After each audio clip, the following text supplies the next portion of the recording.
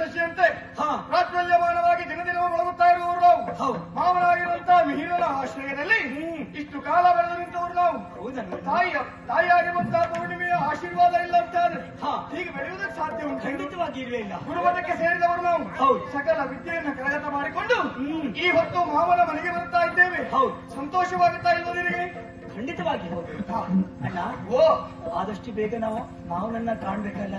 ಖಂಡಿತವಾಗಿ ಹೌದು. ಮಾವನನ್ನ ಕಾಣುವಂತಹ ಆತುರ. ಹಾಗೆ ತಾಯಿಯಾಗಿರುವಂತಹ ಪೌರ್ಣಿಮೆಯನ್ನು ಕಂಡು ಅವಳ ಮಡಿಲಲ್ಲಿ ಸಣ್ಣ ಮಕ್ಕಳಾಗಿ ಆಡುವ ಆಸೆ. ಕೇವಲ ಇಷ್ಟು ಮಾತ್ರ ಅಲ್ಲವೇ ಅಲ್ಲ, ಹಲವು ದಿನಗಳಿಂದ ಮನಸ್ಸಿನಲ್ಲಿ ಕಾಡುತ್ತಿರುವಂತಹ ಅನೇಕ ವೃತ್ತಿಗಳು. ಆ ಎಲ್ಲ ಪ್ರಶ್ನೆಗಳಿಗೆ ಉತ್ತರ ದೊರಕಬೇಕು ಅಂತಾದ್ರೆ ಅದು ನಾವಿಬ್ಬರ ಚರ್ಚಿಸಿಕೊಂಡ್ರೆ ಸಾಧ್ಯ ಇಲ್ಲ. ತಾಯಿಯಲ್ಲಿ ಕೇಳಿದ್ರಂತೂ ಗೊತ್ತೇ ಆಗುವುದಿಲ್ಲ ಅಲ್ವಾ? ಇದಕ್ಕೆಲ್ಲ ಉತ್ತರವನ್ನು ನಾವು ಪಡೆಯಬೇಕು ಅಂತಾದ್ರೆ ನಮ್ಮ ಮಾವನಾದಂತಹ ಮಿಹಿರ. ಹಾಗಾಗಿ ಆದಷ್ಟು ಶೀಘ್ರ ನಾಗಮಿಗಿರನು ಚಂದದಿಂದೆತ್ತುತ್ತಲೇ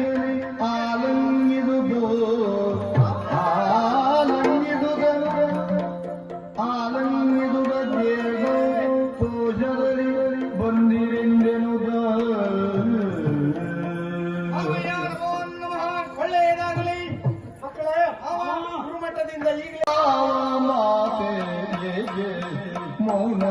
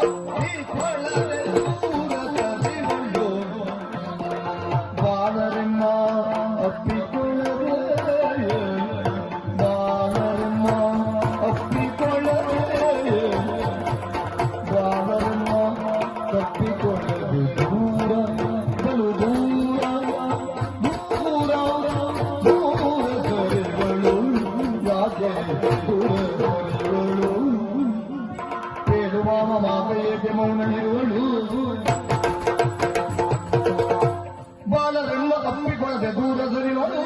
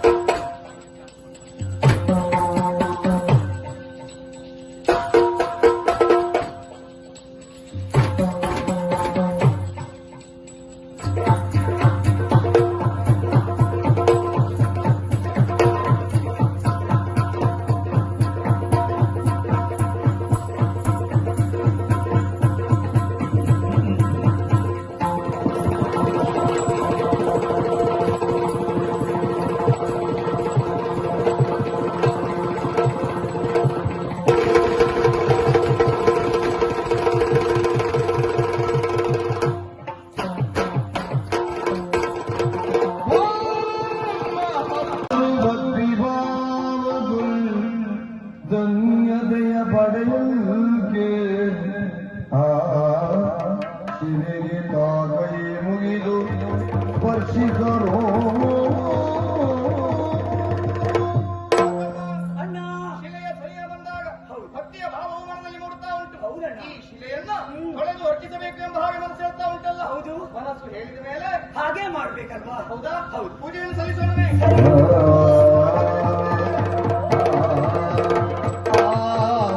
ಶಿಲೆಯು ತಾನಾಗ ಮೈ ತಳೆದು ನಾಗಿ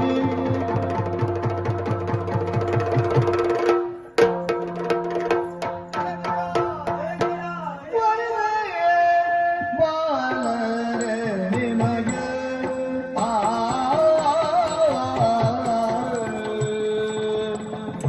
ಒಲಿದೆ ಅವನಿಗೆ ಬಾಲರೆ ಮುಗ್ಧ ಭಕ್ತಿಗಳಿಗೆ ನಾನಿಂದು ಒಲಿದೆ ಬಾಲರೆ ಮುಗ್ಧ ಭಕ್ತಿಗೆ ನಾನಿಂದು ಶಿಲೆಯು ಚೇತನಗೊಂಡು ನಾ ಮುಗ್ಧಳಾದೆ ಶಿಲೆಯು ಚೇತನಗೊಂಡು ನಾ ಮುಗ್ಧಳಾದೆ ಒಲಿದೆ ಬಾಲರೆ ನಿಮ್ಮ ಮುಗ್ಧ ಭಕ್ತಿಗೆ ಇಂದು ಶಿಲೆಯು ಚೇತನಗೊಂಡು ನಾ ಮುಗ್ಧಳಾದೆ ನಾ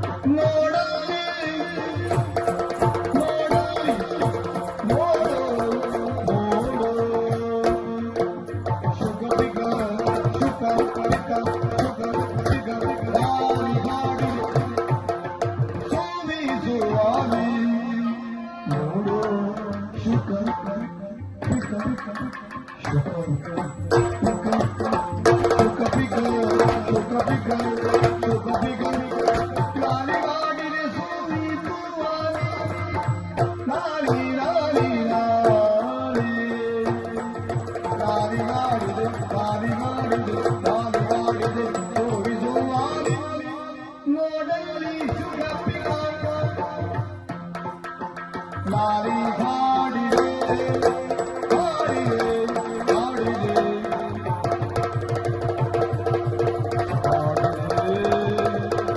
ಸುಳಿಸುವಾನೆ ಸುಳಿಸುವಾನೆ ನೀಲಗಗನದಿರಂದು ರಂಗೋಲಿ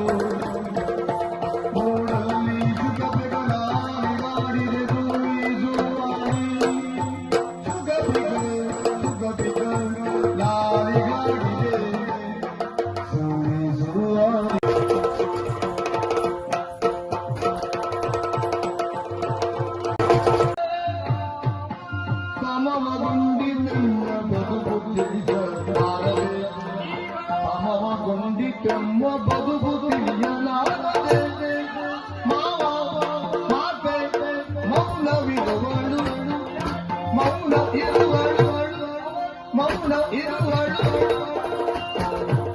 ತಿಳಿಯಲಾಗದೆ ಮಾವ ಮೌನವಿರುವಳು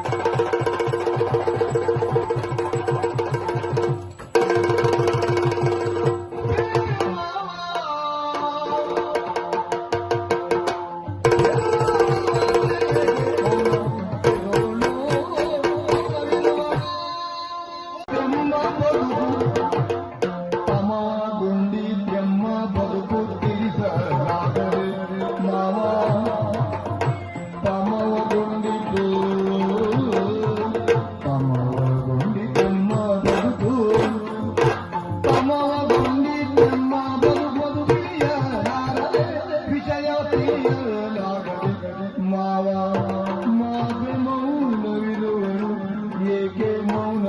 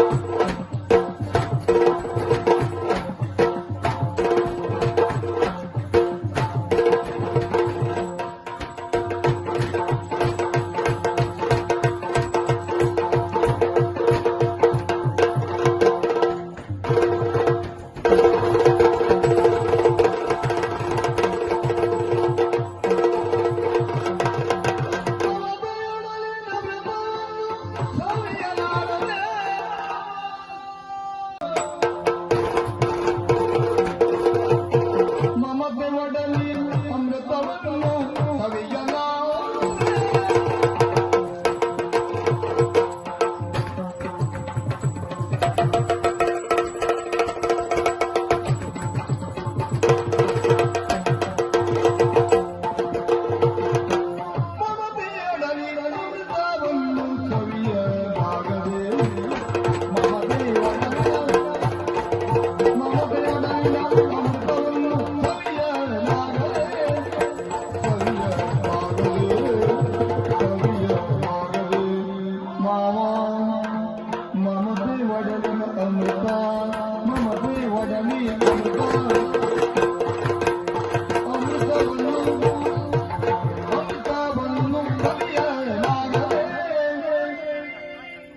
ಮಮತೆ ಒಡಲಿ ಅಮೃತ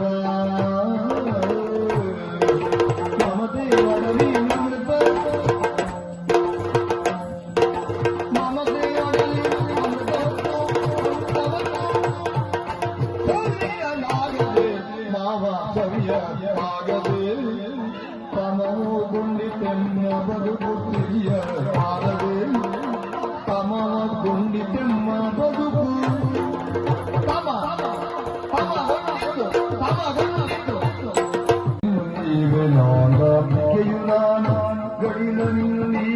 ನಾಗಾಂಬಿಕೆಯು ನಾನು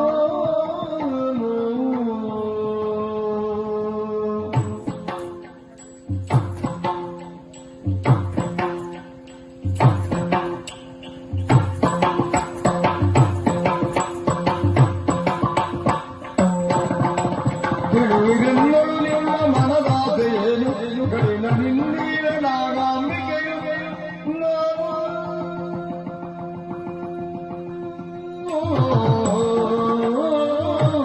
ಹೆಚ್ಚಿದೆ ಮಕ್ಕಳೇ ವಂದಿಸಿಕೊಳ್ಳುತ್ತಾ ಇದ್ದೀರಿ. ಏನು ನೀವು ನಮಗೊಂದಿಸಿಕೊಳ್ಳುವುದು ಖಂಡಿತವಾಗಿ ಯಾರವನ್ನು ಮುಟ್ಟಿ ನಾವು ನಮಸ್ಕರಿಸಿಕೊಳ್ಳಬೇಕು ತಾಯಿ. ನೀವು ಮಕ್ಕಳಲ್ಲ. ಈ ಹೊತ್ತಿಗೆ ನನ್ನ ಪಾದಿಗೆ ಬಂದಂತಹ ನೀವು ದೇವರು ಹೌದು. ಯಾಕಮ್ಮ ನೀವು ಹೀಗೆ ಹೇಳುವುದು? ಹೇಳುವ ಬಲವಾದಂತಹ ಕಾರಣ ಏನು ತಾಯಿ? ನೀವು ಸ್ಪರ್ಶಿಸಿದಾಗ ನನಗೆ ಶಾಪ ವಿಮೋಚನೆ ಎನ್ನುವುದಾಯಿತು. ಶಾಪವ? ಖಂಡಿತ ವಿಮೋಚನೆ ನನಗಂತೂ ಯಾವುದು ಅರ್ಥವಾಗ್ತಾ ಇಲ್ಲ ಅಮ್ಮ. ಇದಕ್ಕೆ ಒಂದು ಕಥೆ. ಏನು ಕಥೆ? ನಾನು ಈ ಲೋಕದವಳಲ್ಲ, ಮತ್ತೆ? ನಾಗಲೋಕದವಳು. ಅಲ್ಲಿಯವರ ನಾಗರಾಜನ ತಂಗಿ ನಾನು. ಭರತನಾಟ್ಯವನ್ನು ಕಲಿತ ಕಾರಣಕ್ಕೋಸ್ಕರವಾಗಿ ನನ್ನ ಅಣ್ಣ ಹೇಳಿದಂತಹ ಮಾತು, ತಂಗಿ ನೀನು ನಾಟ್ಯವನ್ನು ಮಾಡಬೇಕೆನ್ನುವ ಹಾಗೆ ಆ ಹೊತ್ತಿಗೆ ಉತ್ತರತನದಿಂದ ಮಾಡಲಾರೆ ಎನ್ನುವಂತಹ ಮಾತನ್ನಾಡಿದಾಗ ನನ್ನ ಅಣ್ಣ ನನಗೆ ಶಾಪವನ್ನು ಕೊಟ್ಟವ. ಸರಿಗೆ ಅವನಿಯ ಕಾಂತನಿಗೆ ಸುಖಿಯಾಗಿ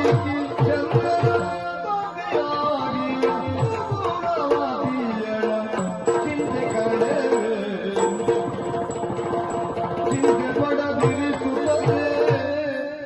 ಮಕ್ಕಳೇ, ಚಿಂತೆ ಬಿಡಿ, ಭೀತಿ ಬಿಡಿ, ಅಮ್ಮನಿಗಾಗಿ ಕೇಳಿಕೊಳ್ಳುತ್ತಾ ಇದ್ದೀರಿ. ಹೌದಾ ಮಕ್ಕಳೇ, ಇದು ಹುತ್ತದ ಮಣ್ಣು, ಇದುವೇ ಪ್ರಸಾದ. ನಿಮ್ಮ ಅಮ್ಮನ ಹಣಿಗೆ ಕೊಂಡು ಹೋಗಿ ಹಚ್ಚಿ ನಿಮ್ಮ ಅಮ್ಮ ಗುಣಮುಖರಾಗುತ್ತಾಳೆ. ಅಷ್ಟೇ ಅಲ್ಲ, ನಿಮ್ಮ ನಾಡು ಎನ್ನುವುದು ದುಷ್ಟರ ವಶವಾಗಿದೆ. ಅದನ್ನು ಆದಷ್ಟು ಬೇಗ ಹೋಗಿ ಪಡೆದುಕೊಳ್ಳಿ. ಇದು ನಿಮಗೆ ಬುದ್ಧಿಯನ್ನು ಶಕ್ತಿಯನ್ನು ಅನುಗ್ರಹಿಸುತ್ತೇನೆ. ನಿಮಗೆ ಶುಭವಾಗಲಿ.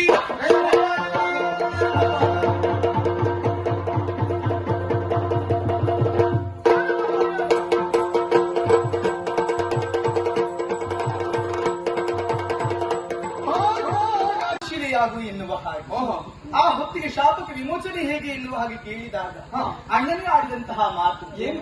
ಅವಳಿ ಮಕ್ಕಳಿಬ್ಬರು ಬರುವುದಕ್ಕಿದ್ದಾರೆ, ನಿನ್ನನ್ನು ಸ್ಪರ್ಶಿಸಿದಂತಹ ಕಾಲಕ್ಕೆ ನಿನ್ನ ಶಾಪ ವಿಮೋಚನೆ ಎನ್ನುವ ಹಾಗೆ ಈ ಹೊತ್ತಿಗೆ ನನ್ನ ಶಾಪ ವಿಮೋಚನೆಯಾಗಿದೆ. ಮಕ್ಕಳೇ, ನನ್ನಿಂದ ನಿಮಗೆ ಏನು ಬರಬೇಕು ನಿರ್ಭೀತಿಯಿಂದ ಹೇಳಿಕೊಳ್ಳಿರಿ. ಅಮ್ಮ ನಿನ್ನಯ ದಿವ್ಯ ದರ್ಶನ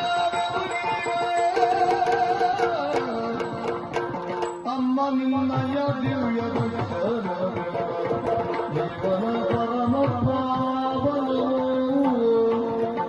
ಗಮ್ಯವೆನಿಸಿಯ ಎಮ್ಮ ಎಮ್ಮ ಜನನಿಯೋ ಮಗಸಿರಿ ಅರಳಂತೆ ಅರಸೋ. ಮಕ್ಕಳೇ, ಪವಿತ್ರವಾಗಿರುವಂತಹ ಹೊಂದಿಸಿಕೊಳ್ತಾ ಇದ್ದೀವಿ. ನಮಗೂ ಆಶ್ಚರ್ಯವಾಯಿತಮ್ಮ. ಶಿಲೆಯಾಗಿರುವಂತಹ ನಿನ್ನನ್ನು ಸ್ಪರ್ಶಿಸಿದ ಮಾತ್ರದಲ್ಲಿ ಜೀವರೂಪವನ್ನು ತಾಳಿ ಇವರಿಗಾಗಿ ಬಂದಿದ್ದೀನಿ. ನೀನು ಸತ್ಯ ಶಾಪ ವಿಮೋಚನೆ ಬರೀ ನಮ್ಮ ಕೈಯಿಂದ. ಖಂಡಿತ. ಇದಕ್ಕಿಂತಲೂ ದೊಡ್ಡ ಯೋಗ ನಮಗೆ ಮತ್ತೊಂದು ಬೇಕಾ? ಅಮ್ಮ, ಏನು? ನಿನ್ನ ಈ ದಿವ್ಯ ರೂಪವನ್ನ ಕಂಡಂತಹ ನಾವೇ ಧನ್ಯರು ಎಂಬ ಹಾಗೆ ಭಾವಿಸ್ತಾ ಇದ್ದೇನೆ. ಕೇವಲಷ್ಟು ಮಾತ್ರವಲ್ಲ, ನಮಗೆ ಬೇಕಾಗಿರುವಂತಹ ವರವನ್ನು ಅನುಗ್ರಹಿಸುವುದಕ್ಕೆ ಸಿದ್ಧರಾಗಿ ನಿಂತವಳು ನೀನು. ಏನು ಬರಬೇಕು ಕೇಳಿಕೊಳ್ಳಿ ತಾಯಿ, ಏನು? ನಮ್ಮ ಬೇಸರ ಬೇರೆ ಯಾವುದೂ ಅಲ್ಲ. ಮತ್ತೆ ನೀನು ವರವನ್ನ ನೀಡುತ್ತೀಯಂತಾದ್ರೆ ಕೇಳಬೇಕಾದದ್ದು ನಮಗೆ ಒಂದೇ ಇರುವುದು. ಯಾವುದು? ನಮ್ಮ ಮಾತೆಯಾಗಿರುವಂತಹ ಪೌರ್ಣಿಮೆ ಈಗಾಗಲೇ ಬುದ್ಧಿಯನ್ನು ಕಳೆದುಕೊಂಡಿದ್ದಾಳೆ. ಹಾಗಾಗಿ ಅವಳಿಗೆ ಪುನಃ ಬುದ್ಧಿ ಬರುವಂತೆ ನೀನು ಅನುಗ್ರಹಿಸಬೇಕಮ್ಮ. ಓ ನನ್ನ ಮಕ್ಕಳೇ, ಚಿಂತೆ ಪಡದೆ